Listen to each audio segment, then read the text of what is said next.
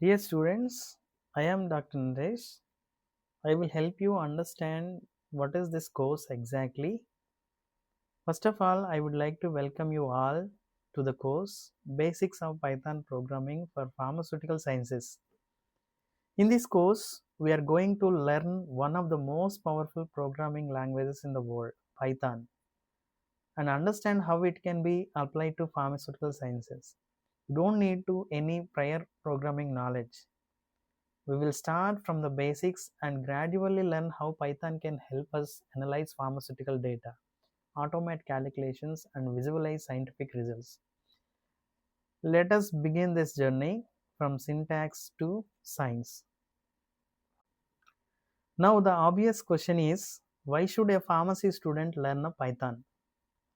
Today, pharmaceutical sciences are becoming increasingly data driven. We deal with drug information, patient records, clinical trial datasets, adverse drug reaction reports, and pharmacokinetic studies. Python helps us manage and analyze all this information. Variables help us store data. Control structures help us automate decisions. Pandas help us analyze datasets. Matplotlib helps us visualize results. So this course is not just about programming. It is about using Python as a scientific tool for pharmaceutical sciences. Let us look at the roadmap of this course. The course consists of 5 units. Unit 1, Introduction and Foundations. Unit 2, Control Structures and Functions. Unit 3, Data Structures and File Handling. Unit 4, Data Handling with Pandas. Unit 5, Data Visualization with Matplotlib. Think of this course as a journey. We start with simple concepts, learn programming language, analyze data, and finally visualize scientific information. In Unit 1, we begin with the basics.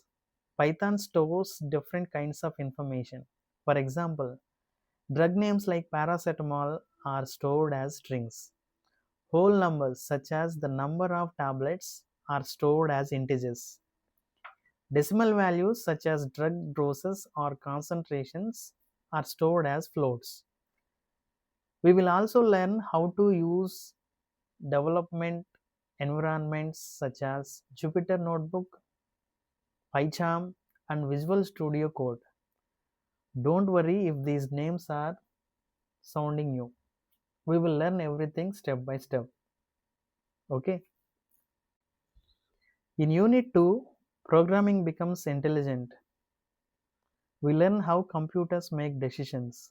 Suppose we enter a patient's height and weight. Python can calculate BMI. If BMI is greater than 25, the program can suggest dosage adjustment.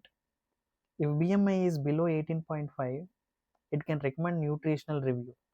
Otherwise, the standard protocol is followed.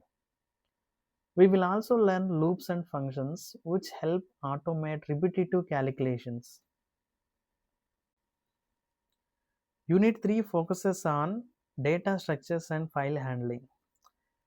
As pharmaceutical scientists, we rarely deal with a single value. We work with collections of information. Python provides lists, tuples, dictionaries, and NumPy arrays to organize data efficiently. We will also learn how to read and write CSV files, which are widely used for clinical trial datasets, patient records, and pharmacokinetic studies. Unit 4 introduces one of the most powerful Python libraries, Pandas. Real-world datasets are often messy. They may contain missing values, duplicate entries, or incomplete information. Pandas helps us clean the data, filter important records, perform statistical analysis, and extract meaningful insights. We will learn to analyze pharmacokinetic datasets, adverse drug reaction reports, and healthcare records. Finally, we come to Unit 5, Data Visualization with Matplotlib. Data becomes meaningful when we can visualize it, isn't it? Using Matplotlib, we will create line plots, histograms, scatter plots, and box plots. We will also visualize concentration time curves, dissolution profiles, and ADR reporting trends. A graph tells a scientific story, and Python helps us create these graphs easily. Now, let us look at the complete workflow. First, we import the data. Second, we clean the data. Third, we analyze it. And finally, we visualize and report our findings. This is exactly how modern pharmaceutical research works. Remember this line: you are not just learning a syntax, you are building an automated analytical engine for solving pharmaceutical problems. Before concluding, let me introduce some of useful resources. You can refer to books such as Automate the Boring Stuff with Python, Scientific Computing for Chemists with Python, and Introduction to Computing using Python. For real-world datasets, you can explore Kaggle, healthdata.gov, World Health Organization databases, and clinical trial researches including CTRI.